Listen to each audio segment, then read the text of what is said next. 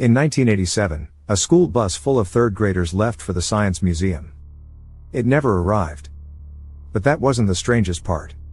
The strangest part was what they found 3 days later, when bus number 47 finally turned up in a place it should never have been. The yellow school bus pulled up to Hillcrest Elementary at exactly 8:47 a.m. on October 15, 1987. Driver Frank Morrison had been doing this route for 12 years, and he prided himself on punctuality. The autumn air carried the scent of burning leaves and the promise of winter, while morning frost still clung to the corners of classroom windows like delicate lace. The Science Museum field trip was supposed to be routine: load up the excited third graders, drive the 40-minute route to downtown, spend the day looking at dinosaur bones and planetarium shows, then bring them home by 3 p.m. in time for after-school snacks and homework. Mrs. Ellen Rodriguez, the third-grade teacher, stood at the school's front entrance with her clipboard, checking off names as 18, 8 and 9-year-olds climbed aboard bus number 47.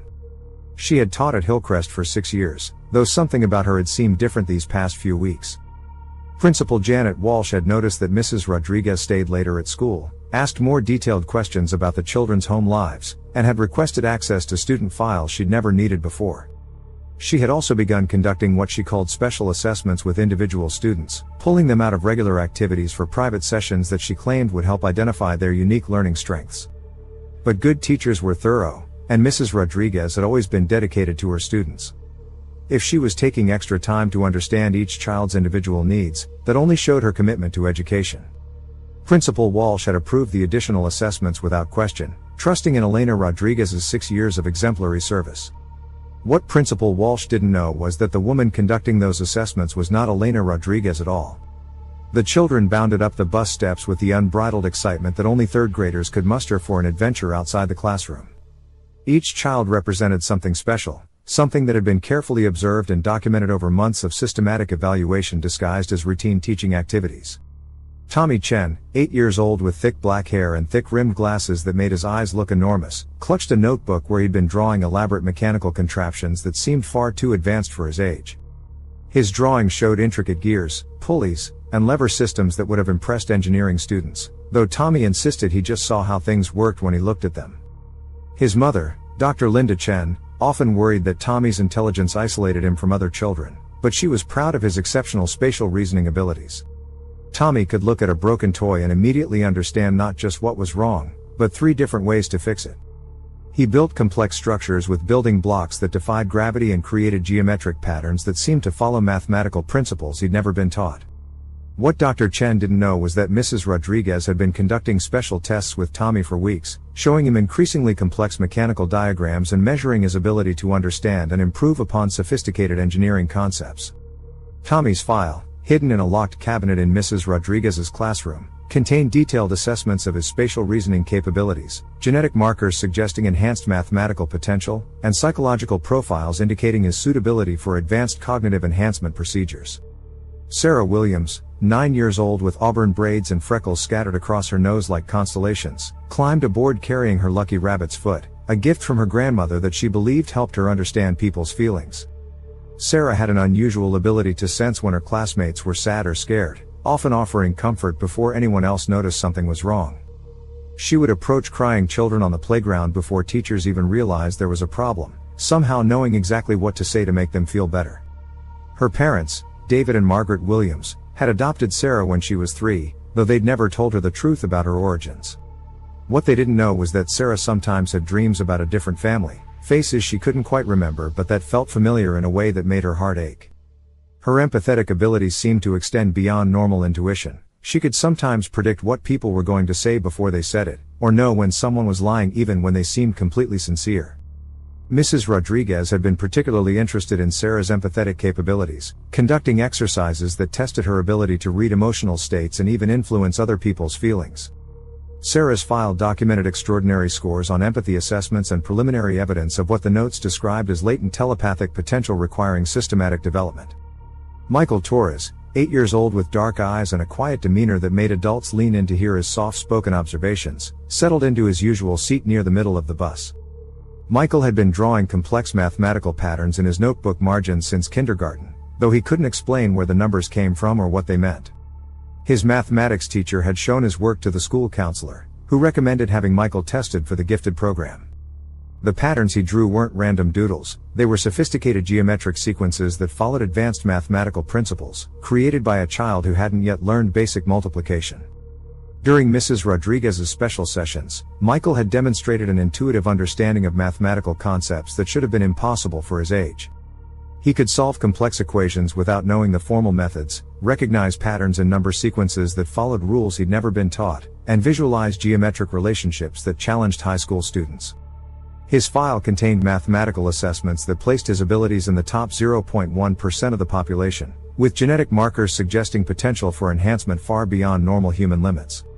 Jennifer Adams, 9 years old with blonde curls that bounced when she walked and an infectious smile that made everyone around her feel happier, bounced in her seat as she mentally cataloged everything she wanted to see at the museum.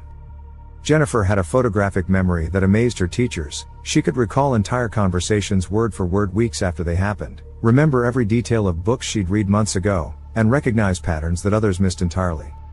Her parents thought she might become a scientist someday, though Jennifer was more interested in using her memory to help her friends with their homework and remember important things like birthdays and favorite colors. Mrs. Rodriguez had tested Jennifer's memory capabilities extensively, discovering that she could not only recall information with perfect accuracy but could also access and cross-reference multiple memories simultaneously to identify connections and patterns that escaped conscious analysis. Jennifer's file documented memory capabilities that exceeded known human limits and suggested potential for enhancement that could create superhuman information processing abilities. The other 14 children each carried their own unique gifts that marked them as exceptional among their peers.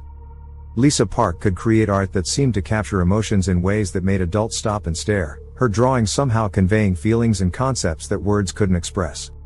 Marcus Brown had musical abilities that bordered on the prodigious. He could hear a song once and play it back perfectly on any instrument, and he could compose melodies that seemed to resonate with something deep in the human psyche.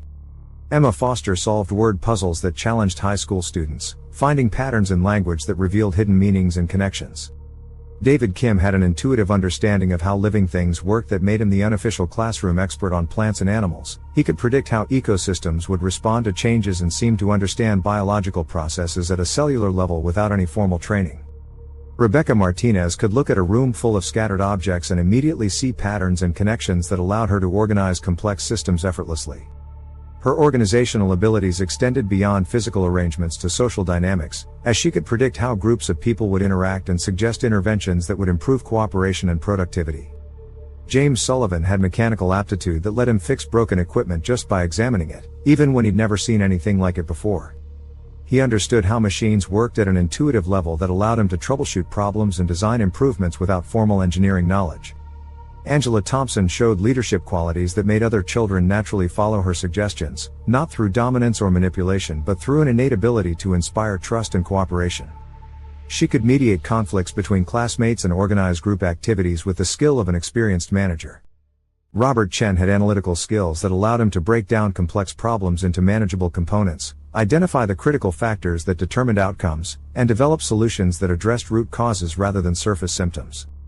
His logical reasoning abilities exceeded those of many adults, and he could evaluate information objectively even when it challenged his preconceptions.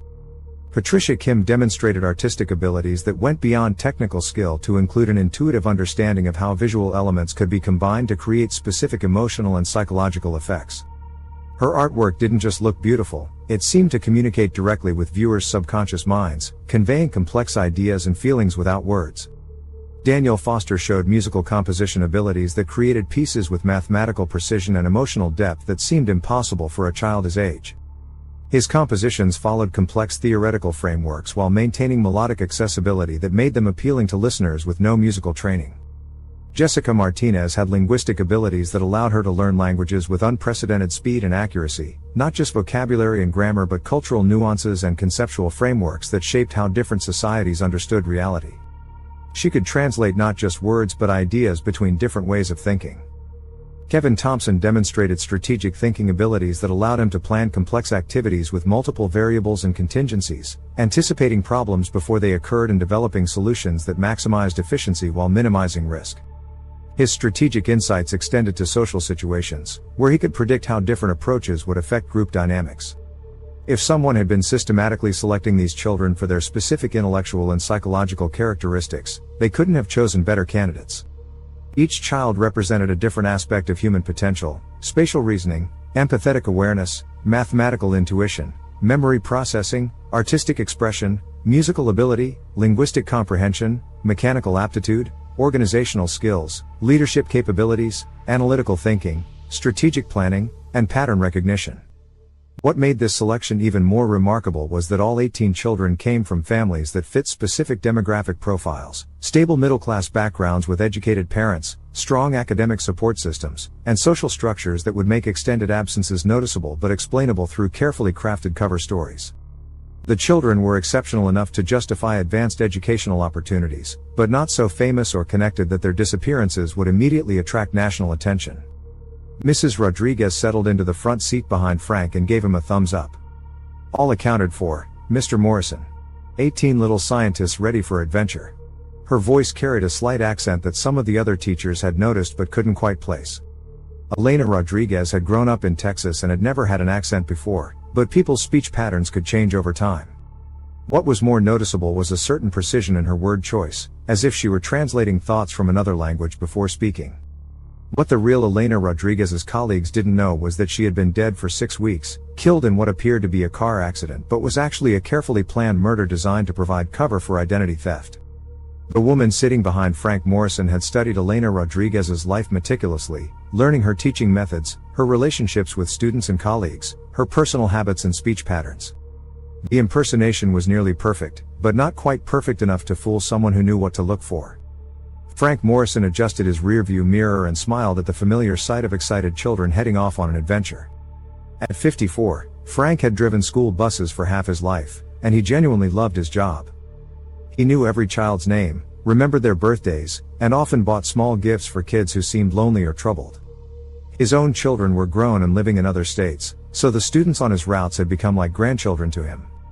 What Dorothy Morrison, Frank's wife of 32 years, had noticed was that Frank had been asking unusual questions about the children lately. Not just their names and addresses, which he needed for his job, but details about their families, their academic performance, their personal interests, and their social relationships. When she'd asked him about it, Frank had explained that he was trying to be more attentive to the children's individual needs, perhaps help identify kids who might need extra support or encouragement. But Frank's behavioral changes went deeper than increased attention to students. He had been staying late at the bus garage, claiming to perform extra maintenance on his vehicle. He had been asking technical questions about engine specifications, fuel capacity, and route planning that seemed unnecessary for routine transportation duties. Most disturbing, he had been talking in his sleep for several weeks, repeating phrases that made no sense in the context of normal bus driving. "The children are ready for advancement. The selection process is complete. Transportation to the learning facility is scheduled." What Dorothy didn't know was that her husband of 32 years had been dead for 4 months, killed during what was supposed to be a vacation to visit relatives in another state. The man who had been sharing her bed and driving school children was someone else entirely, someone who had studied Frank Morrison's life with the same meticulous attention that the fake Elena Rodriguez had devoted to learning her victim's identity. At 9:15 a.m., Mrs. Rodriguez made a note in her trip log: "Departed 9:15 a.m., all students present, weather clear, estimated arrival 10 a.m. Her handwriting was neat and precise, with an almost mechanical uniformity that hadn't been characteristic of Elena Rodriguez's previous notes. If anyone had compared the current writing to samples from earlier in the school year, they might have noticed subtle differences in letter formation, pen pressure, and the way certain words were abbreviated. But trip logs were routine paperwork that no one examined closely unless something went wrong. Mrs. Rodriguez's documentation was always thorough and accurate, which was exactly what administrators expected from a teacher of her caliber. The real purpose of the trip log entry was not administrative compliance but operational confirmation, a signal to other elements of the conspiracy that the operation was proceeding according to plan. The bus pulled away from Hillcrest Elementary, turned right onto Maple Street, and headed toward Route 34. In the mirror, Frank could see the children's faces pressed against windows, waving goodbye to the school where they spent their days learning about reading, writing, and arithmetic. None of them knew they were about to become subjects in an experiment that would transform their young minds in ways no child should ever experience. None of them realized that the adults they trusted to keep them safe had been replaced by individuals with very different intentions. As the bus disappeared around the corner onto Elm Avenue, heading toward what everyone believed would be an educational day at the Riverside Science Museum, the last normal moment in these children's lives slipped away forever. The science they were about to encounter would be far more advanced, and far more dangerous, than anything they could have imagined. Instead of learning about dinosaurs and planets, they would become unwilling participants in experiments designed to push human intelligence beyond its natural limits, regardless of the cost to their humanity. The route to the museum should have taken 40 minutes, traveling east on Route 34 for 30 miles, then south on Route 12 for another 10 miles. It was a straightforward journey that Frank had made dozens of times with school groups, and there was no reason to expect any complications. But bus number 47 would never reach the museum, and the children aboard would not return home that afternoon as planned. Instead, the bus would disappear completely for 3 days, vanishing without a trace despite extensive searches by law enforcement and volunteers. When it finally reappeared, it would be in a location that defied logical explanation, containing evidence that challenged everything investigators thought they knew about missing children cases and human potential. At 10:30 a.m., Dr. Michael Stern, the museum's education director, stood in the marble lobby of the Riverside Science Museum checking his watch for the third time in 10 minutes. The Hillcrest Elementary group was 30 minutes late, which was highly unusual. Frank Morrison was known throughout the school district for his reliability. In 12 years of driving school buses, he had never been more than 5 minutes late for any scheduled arrival. Dr. Stern had worked with Frank on dozens of field trips over the years, and the man's punctuality was legendary among museum staff. Dr. Stern walked to the information desk and asked the receptionist to check if any messages had been left for him. Sometimes schools called ahead if there were delays due to traffic or mechanical problems. During winter months, weather could cause significant delays, but October weather was typically mild and predictable. There were no messages waiting, and the Hillcrest group hadn't called to reschedule or cancel. The museum had prepared a special program for the Hillcrest students, including a private planetarium show and hands-on activities in the physics laboratory. Dr. Stern had personally selected exhibits that would challenge and engage bright third graders, based on Mrs. Rodriguez's description of her students' advanced capabilities. She had specifically requested activities that would test the children's problem-solving abilities and expose them to concepts beyond typical elementary curricula. The delay was not just inconvenient, it was completely out of character for everyone involved. At 11 a.m., Dr. Stern decided to call the school directly.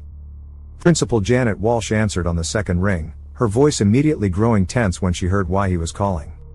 "They left right on time," she said, pulling out the day's schedule from her desk drawer. 9:15 a.m. departure, just like always. Mrs. Rodriguez is very punctual, and Frank Morrison has never had any issues with timing. Let me try to reach them. But bus number 47 didn't have a radio system, and this was 1987, no cell phones, no GPS tracking, no way to communicate with a school bus once it left the parking lot. The yellow buses that transported thousands of children every day were essentially isolated vehicles once they hit the road, connected to the outside world only when they reached their destinations. This communication gap, which seemed perfectly normal in 1987, would later be recognized as a critical vulnerability that had been deliberately exploited. Principal Walsh called the bus garage to see if Frank had reported any mechanical problems that morning. The dispatcher, Joe Martinez, checked his logs and confirmed that bus number 47 had passed its morning inspection without any issues. The engine was running smoothly, all safety equipment was functional, and Frank had seemed his usual cheerful self when he picked up the vehicle. Joe had worked with Frank for 8 years and had never known him to have transportation problems. What Joe Martinez didn't mention, because he hadn't thought it was significant, was that Frank had been staying late at the garage recently, claiming he was performing extra maintenance on his vehicle. Frank had always been conscientious about bus safety, but his recent attention to mechanical details had bordered on obsessive. He had been asking technical questions about engine specifications, fuel capacity, and route planning that seemed unnecessary for routine transportation duties. Most puzzling, Frank had been inquiring about the bus's weight capacity and whether it could handle additional equipment or modifications. At 11:30 a.m., Principal Walsh began making the phone calls that every educator dreads. She started with the Chen family, dialing their home number and praying that somehow the trip had been delayed and the children would walk through the school doors any minute. The conversation she was about to have would shatter a family's peaceful morning and begin a nightmare that would last for decades. Dr. Linda Chen answered the phone at her medical practice, immediately sensing the tension in Principal Walsh's voice. "Is Tommy all right?" she asked, her heart rate accelerating before she even heard the answer. As a physician, Dr. Chen was trained to recognize signs of distress, and Principal Walsh's careful tone triggered every maternal instinct she possessed.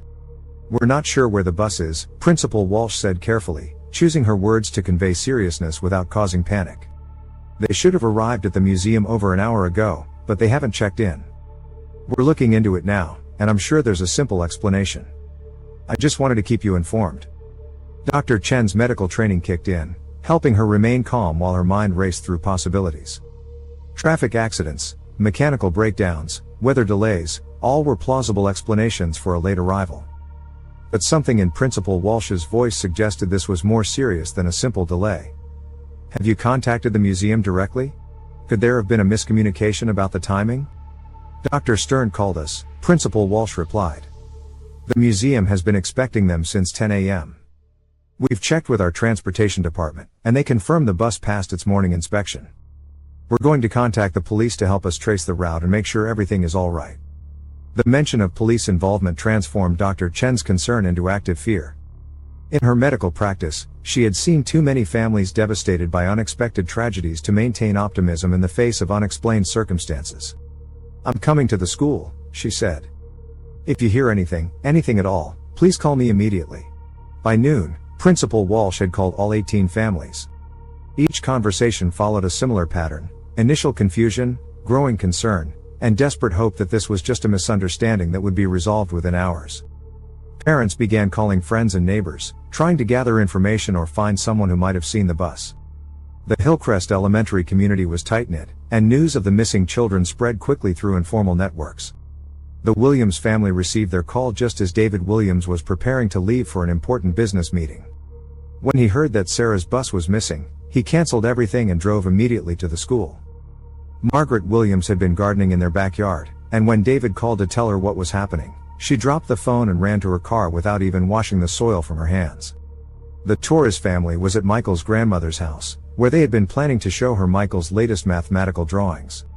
When the phone rang and Principal Walsh explained the situation, Michael's father felt the blood drain from his face. His wife began crying immediately, somehow knowing that this was not a simple delay or miscommunication. By 12:30 p.m., the first police car was pulling into the Hillcrest Elementary parking lot. Officer Daniel Hayes was a 15-year veteran of the county police force who had handled dozens of missing person cases, but never one involving an entire school bus full of children. He understood immediately that this was not a routine investigation. The disappearance of 18 children and 2 adults represented a potential tragedy of unprecedented scale. Officer Hayes began by interviewing Principal Walsh and gathering basic information: departure time, intended route, expected arrival time, and the names of all passengers. He requested copies of emergency contact information for all families and asked for detailed descriptions of the bus, including license plate numbers and any distinguishing characteristics. The thoroughness of his initial investigation would later prove crucial to understanding what had really happened. "Has anything like this ever happened before?" Officer Hayes asked Principal Walsh as he reviewed the passenger list. "Any previous incidents with transportation, unusual behavior from the driver or teacher, anything that might be relevant?" Principal Walsh shook her head. "Frank Morrison is our most reliable driver. He's been with the district for 12 years and has never had a single incident. Mrs. Rodriguez is an excellent teacher who's been here for 6 years. Both of them are completely trustworthy."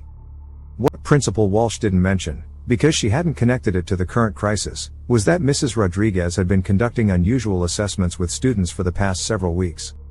She had requested access to confidential student files, asked detailed questions about family backgrounds, and spent considerable time with the 18 children who were now missing.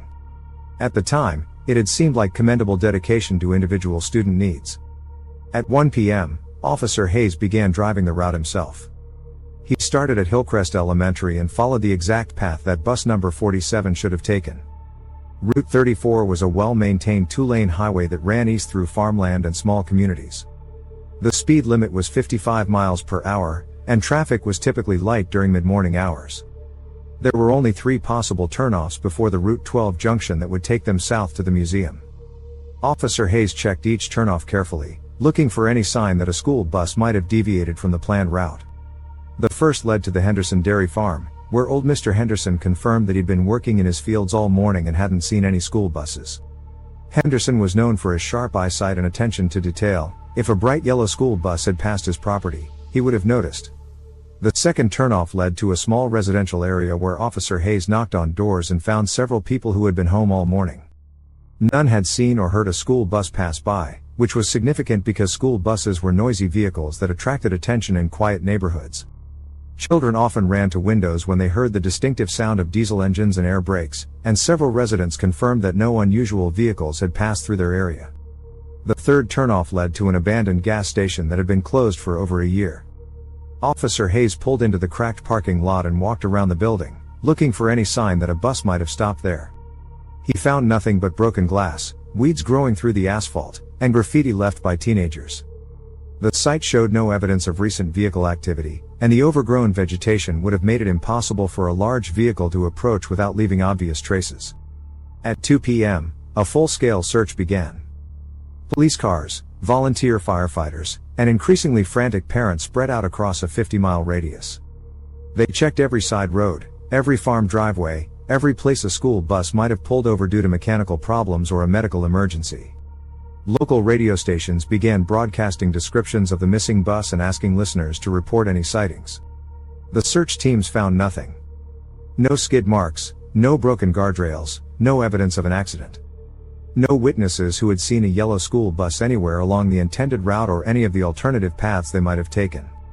It was as if bus number 47 had simply vanished between the school parking lot and the museum entrance, disappearing completely without leaving any trace of its passage.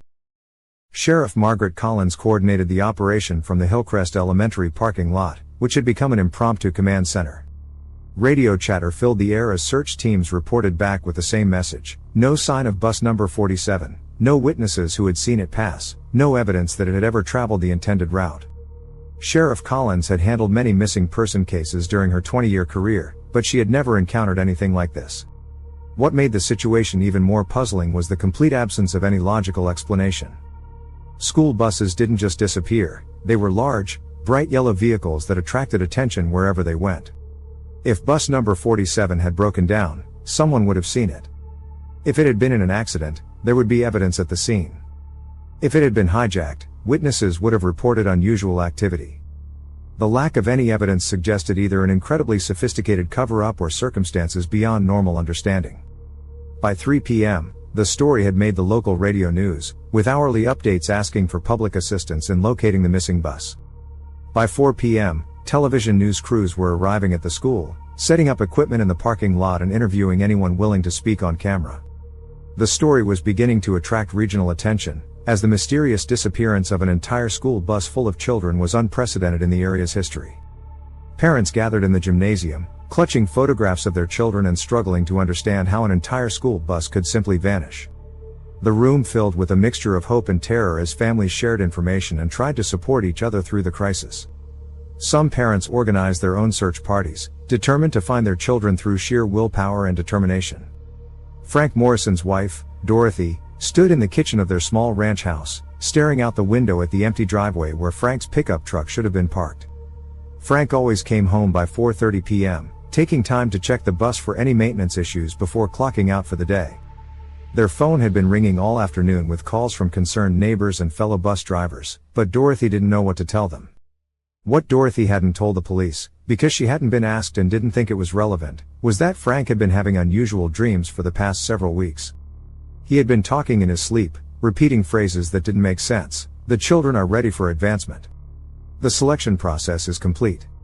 Transportation to the learning facility is scheduled. When Dorothy had asked him about it in the morning, Frank claimed he didn't remember dreaming anything unusual. More troubling were the subtle changes in Frank's behavior that Dorothy had noticed but hadn't discussed with anyone. He had been asking questions about their life together that seemed odd, details about their early marriage, their children's childhood memories, family traditions that he should have remembered perfectly. It was as if he were trying to refresh his memory about things that should have been automatic. The Chen family gathered in their living room, Tommy's older sister Jessica sitting between her parents as they watched the evening news. Tommy's lunchbox was still sitting on the kitchen counter where he'd forgotten it that morning: peanut butter and jelly sandwich, apple slices, a bag of chips, and a note from his mother that said "Have fun at the museum. Love, Mom." Dr. Chen found herself staring at that note, wondering if she would ever have the chance to pack another lunch for her son. Jessica Chen, now 14 years old and trying to process the disappearance of her little brother, remembered something that had been bothering her for weeks. Tommy had been acting differently lately, staying up late working on drawings that were far more complex than anything he'd ever created before. When she'd asked him about them, he'd said that Mrs. Rodriguez had been teaching him about advanced spatial concepts and encouraging him to explore ideas beyond typical third-grade curricula. The Williams family held each other on their living room couch, Sarah's stuffed rabbit clutched in her mother's arms. Sarah had debated bringing the rabbit on the field trip that morning, ultimately deciding to leave it at home because it might get lost at the museum. The irony was unbearable. Sarah had worried about losing a toy, never imagining that she herself might disappear. Margaret Williams remembered that Sarah had been having unusual dreams recently, waking up with detailed memories of places she'd never been and people she'd never met. When asked about the dreams, Sarah had described underground rooms filled with other children, all of them learning things that she couldn't quite remember when she woke up. At the time, Margaret had dismissed these as typical childhood nightmares, but now they seemed ominous. 18 families went to bed that night in a state of agonizing uncertainty, not knowing if their children were injured, lost, kidnapped, or worse. Parents sat up all night by their phones, hoping for any news, while siblings wandered through houses that felt too quiet without their brothers and sisters. The community rallied around the affected families, bringing food, offering support, and organizing volunteer search efforts that would continue for days. By sunset, the search had expanded to include helicopters from the state police and search dogs from the county sheriff's department. The aircraft flew grid patterns over the countryside while the dogs worked to pick up any scent trails from the school parking lot. But the trails went cold at the edge of the school property, as if bus number 47 had simply vanished into thin air the moment it left the parking lot. The first night was the longest. Parents who had never experienced anything worse than a scraped knee or a bad report card now faced the possibility that their children might never come home. Support groups formed spontaneously as families sought comfort from others who understood their terror. Local churches opened their doors for prayer vigils, while community organizations began organizing more extensive search efforts. The second day brought expanded media coverage and additional law enforcement resources. The FBI was notified, though they would not officially join the investigation unless evidence of interstate transportation or kidnapping was discovered. State police coordinated with local authorities to expand the search radius and bring in specialized equipment for more thorough ground and air searches. Television news crews interviewed family members, school officials, and law enforcement representatives, broadcasting the story across the region and asking for public assistance. The mysterious disappearance of 18 children and their bus captured public attention in a way that single missing child cases rarely did. The sheer scale of the disappearance suggested either a major accident or a carefully planned crime of unprecedented scope. The third day would bring a discovery that changed everything, but not in the way anyone expected. Instead of providing answers, the discovery of bus number 47 would raise questions that challenged everything the investigators thought they knew about missing persons cases, child psychology, and the limits of human possibility. On October 18, 3 days after the disappearance, farmer Robert Klein was performing his morning routine of checking the cattle fences on his property 12 miles northwest of Hillcrest Elementary. The October air was crisp and clear, with morning dew still clinging to the grass in his pastures like thousands of tiny diamonds catching the early sunlight. Robert had owned this land for 37 years and knew every hill, every tree, every natural feature of his 200-acre farm. He could spot a sick cow from half a mile away and notice if a fence post had shifted even slightly overnight. Which is why he immediately knew that something was terribly wrong when he crested the hill overlooking his largest pasture.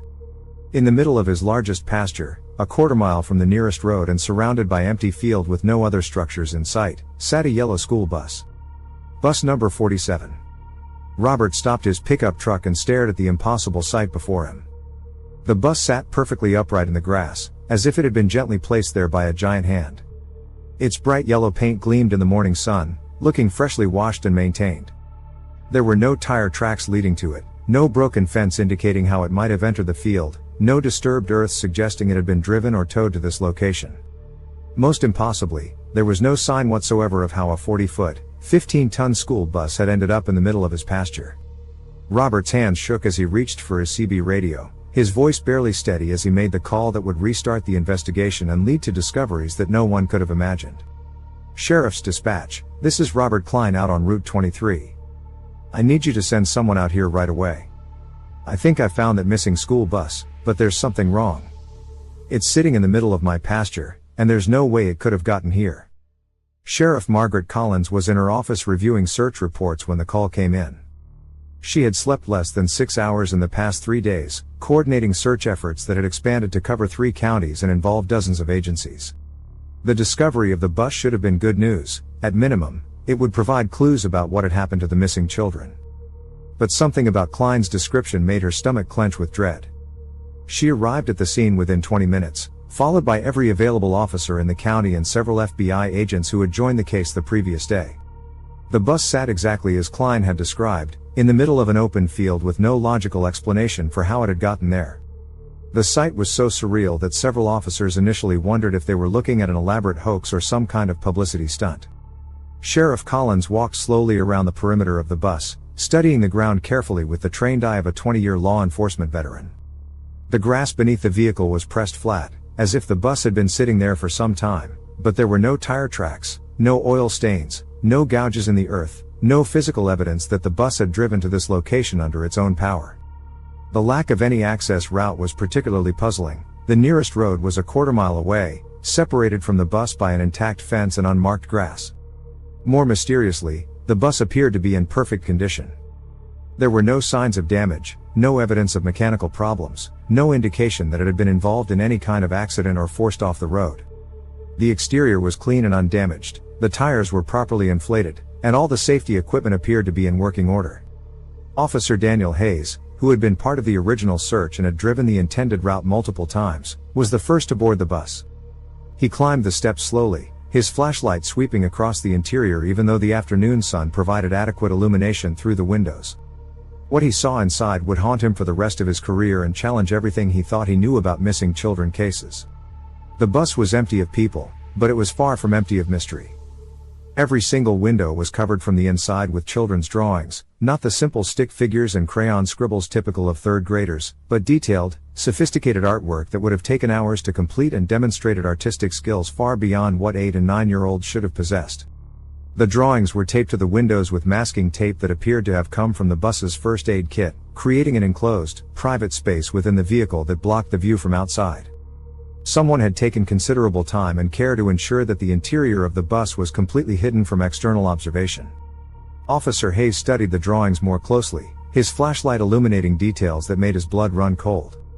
There were pictures of underground tunnels with precise architectural details, complete with accurate perspective, shading, and engineering specifications that would have challenged art students. The tunnel drawings showed multiple levels, complex ventilation systems, and structural supports that indicated advanced knowledge of underground construction techniques. There were images of rooms filled with complex machinery that no 8-year-old should have been able to imagine, devices with intricate mechanical components, electronic displays, and scientific instruments that seemed to belong in advanced research laboratories. The machinery was drawn with technical precision that suggested the artist had observed real equipment rather than imagining fictional devices. Most disturbing were drawings that showed groups of children standing in circles holding hands while strange symbols and mathematical equations floated in the air around them like ghostly writing. The symbols were not random scribbles, they were sophisticated mathematical notations, chemical formulas, and geometric proofs that represented graduate-level academic material. The equations included advanced calculus, quantum physics principles, and theoretical frameworks that would challenge university professors. But the most unsettling drawings showed the children themselves, or at least, children who looked like them, standing in what appeared to be classroom settings. But these weren't normal classrooms. The walls were covered with mathematical equations and scientific diagrams that would challenge graduate students. The children in the drawings were depicted with enlarged heads and eyes that seemed to glow with an inner light, as if they had been transformed into something more than human. Some drawings showed the transformation process itself, children sitting in chair-like devices connected to complex machinery, with energy patterns flowing between the equipment and their heads. Other drawings depicted children floating in glass chambers filled with strange fluid, their bodies surrounded by monitoring equipment and data displays. Mrs. Rodriguez's lesson plan book was open on the front seat, but the pages were filled with writing that definitely wasn't hers, not the Elena Rodriguez that everyone at Hillcrest Elementary knew. In neat, precise handwriting that looked almost mechanical in its perfection, someone had written the same phrase over and over: "They are safe in the learning chambers. They are safe in the learning chambers. The transition is proceeding as planned. They are safe in the learning chambers. Initial enhancement protocol successful. Cognitive expansion within expected parameters. Subject integration progressing smoothly. The handwriting covered page after page of the lesson plan book, as if someone had been compulsively writing the same message for hours. The repetition was hypnotic and disturbing, suggesting either psychological breakdown or systematic indoctrination. The message itself was cryptic: what were learning chambers, and what kind of transition was being referenced? What did enhancement protocols and cognitive expansion mean in the context of elementary school children? Officer Hayes moved toward the back of the bus, where he found the children's backpacks neatly arranged in the center aisle. Each backpack was positioned exactly the same distance from its neighbors, creating a perfect geometric pattern down the middle of the bus. The precision of the arrangement suggested careful planning rather than hasty abandonment.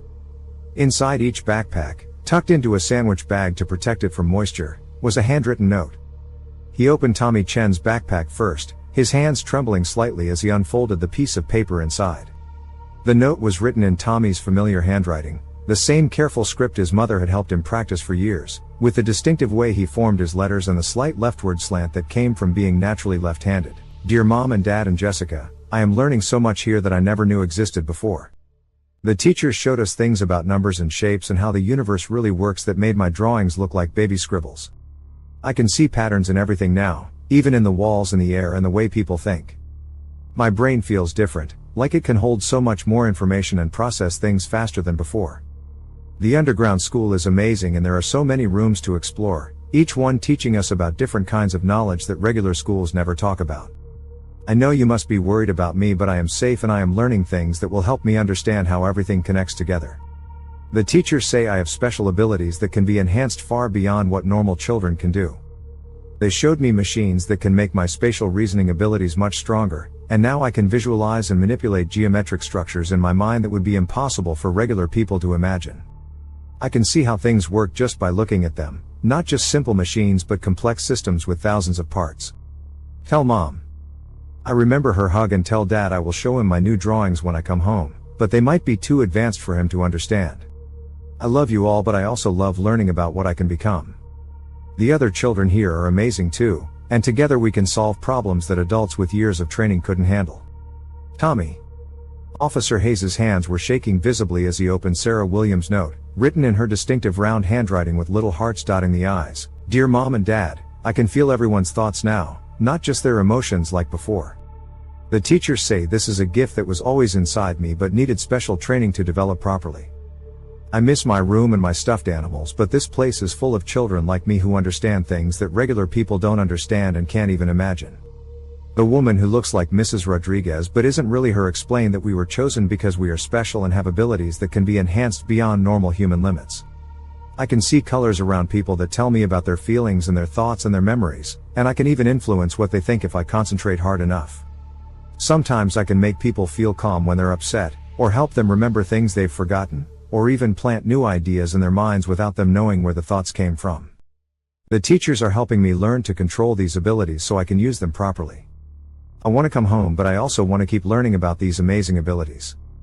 The other children here can do incredible things too, and we are learning to work together in ways that multiply our individual gifts.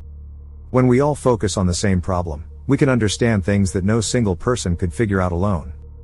I love you both so much, and I hope you understand that this is important for my development.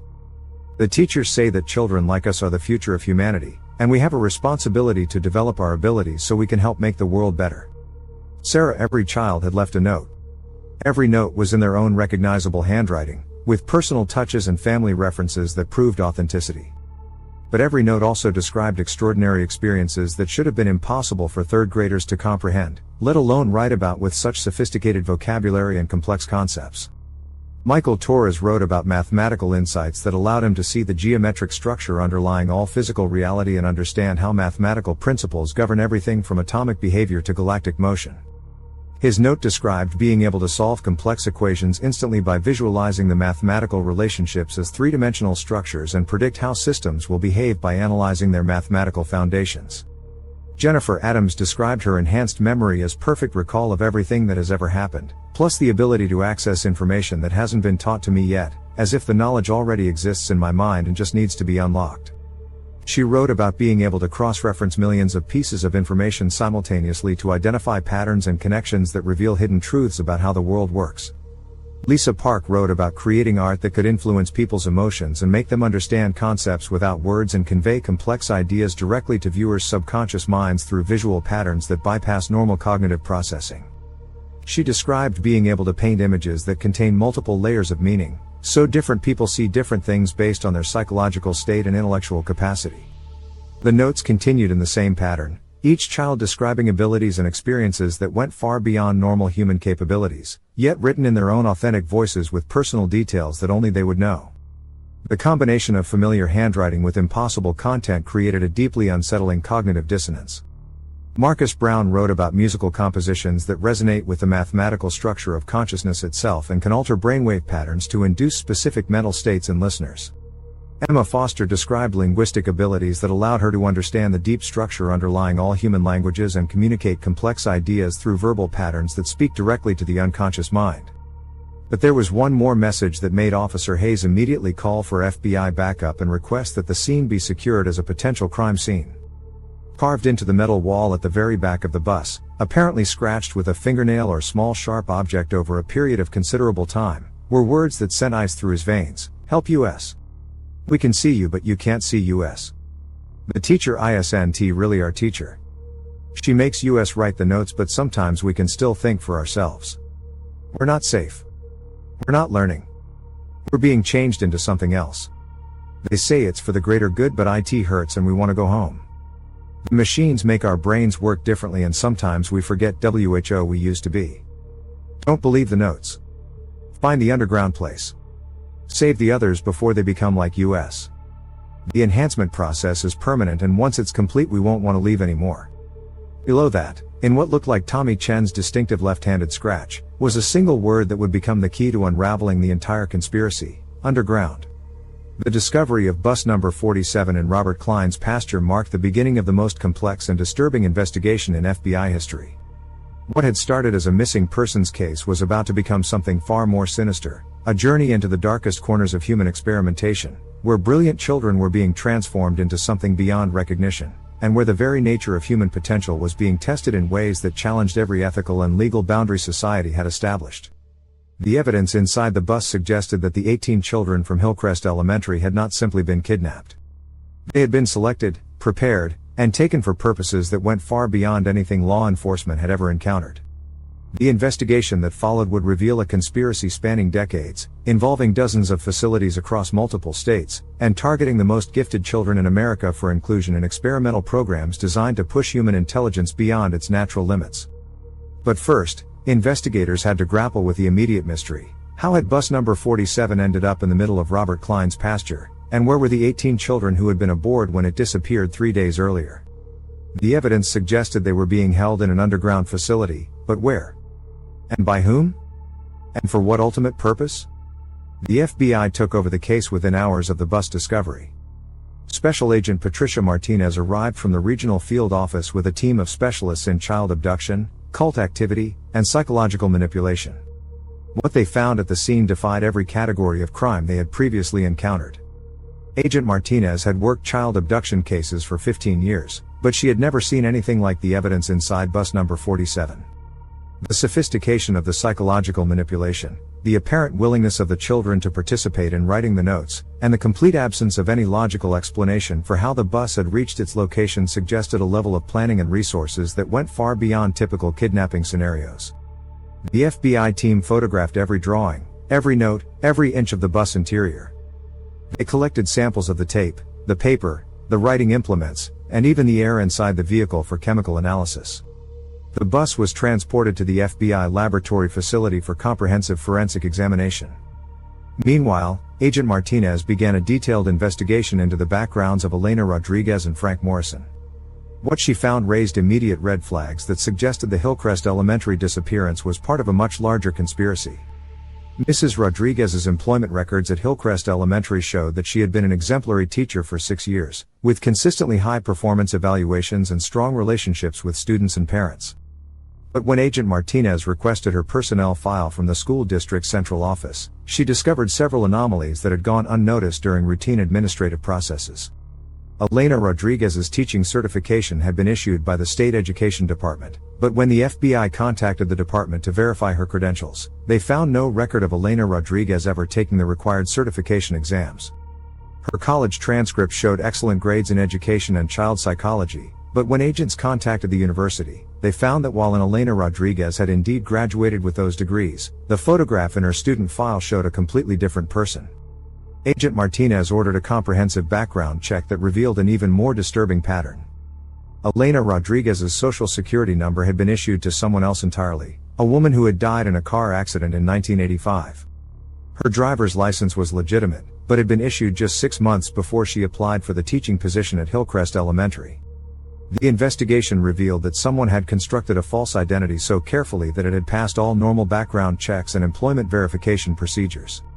The woman who had been teaching 3rd grade at Hillcrest Elementary was not Elena Rodriguez. She was someone else entirely, someone who had studied the real Elena Rodriguez's life meticulously enough to impersonate her convincingly for months. Agent Martinez expanded her investigation to include Frank Morrison, and the results were equally disturbing. Frank Morrison's background check revealed a man with an exemplary record, no criminal history, stable employment, strong community ties, and glowing recommendations from supervisors and parents. But when agents interviewed his wife Dorothy more extensively, she revealed details that painted a troubling picture of Frank's behavior in the weeks leading up to the disappearance. Frank had been staying late at the bus garage more frequently, claiming he was performing extra maintenance on his vehicle. He had been asking unusual questions about the children on his routes, not just their names and addresses, which he needed for his job, but details about their families, their academic performance, and their personal interests. Most disturbing of all, Dorothy revealed that Frank had been talking in his sleep for several weeks before the disappearance. She had initially dismissed it as stress from work, but now she remembered that he had been repeating the same phrases over and over. The children are ready for advancement. The selection process is complete. Transportation to the learning facility is scheduled. When Agent Martinez heard this, she realized that Frank Morrison might not have been an innocent victim. Like Elena Rodriguez, he might have been someone else entirely, someone who had replaced the real Frank Morrison and assumed his identity to gain access to the school transportation system. The FBI obtained a court order to exhume the body of the real Elena Rodriguez, who had allegedly died in a car accident 6 weeks before the school year began. The autopsy revealed that Elena Rodriguez had indeed died, but not in a car accident. She had been murdered, killed by blunt force trauma to the head, and her death had been staged to look like an accident. The investigation expanded to include the real Frank Morrison's whereabouts. FBI agents traced his activities in the months before the disappearance and discovered that he had taken a vacation to visit relatives in another state just 4 months earlier. But when they contacted those relatives, they found that Frank Morrison had never arrived for his visit. He had simply disappeared somewhere between his home and his destination. Agent Martinez faced a horrifying realization. The disappearance of the 18 children had been planned for months, possibly years. Someone had identified specific children with exceptional abilities, researched their backgrounds and routines, eliminated and replaced key adults in their lives, and then executed a carefully orchestrated abduction that had been disguised as a routine school field trip. The investigation would eventually reveal that this was not an isolated incident, but part of a network of similar operations targeting gifted children across multiple states. The 18 children from Hillcrest Elementary were part of something much larger and more sinister than anyone could have imagined, a systematic program designed to identify, abduct, and enhance the most promising young minds in America for purposes that remained unclear. As investigators delved deeper into the conspiracy, they would discover underground facilities, secret research programs, and evidence of human experimentation that challenged the very definition of childhood, education, and human potential. The children who had boarded bus number 47 for a simple field trip to a science museum had become unwilling participants in an experiment that would test the limits of human intelligence and the boundaries of ethical behavior. The search for the missing children was about to become a journey into the darkest corners of human ambition, where the pursuit of enhanced human capabilities had led to the systematic exploitation of the most vulnerable members of society. And somewhere underground, 18 gifted children were discovering that their extraordinary abilities came with a price that no child should ever have to pay. The investigation into the underground facilities and the fate of the 18 children from Hillcrest Elementary continues as federal agents work to uncover a conspiracy that reaches into the highest levels of government and private industry. The evidence found in bus number 47 represents only the beginning of a case that will challenge everything society believes about missing children, human experimentation, and the true cost of scientific advancement.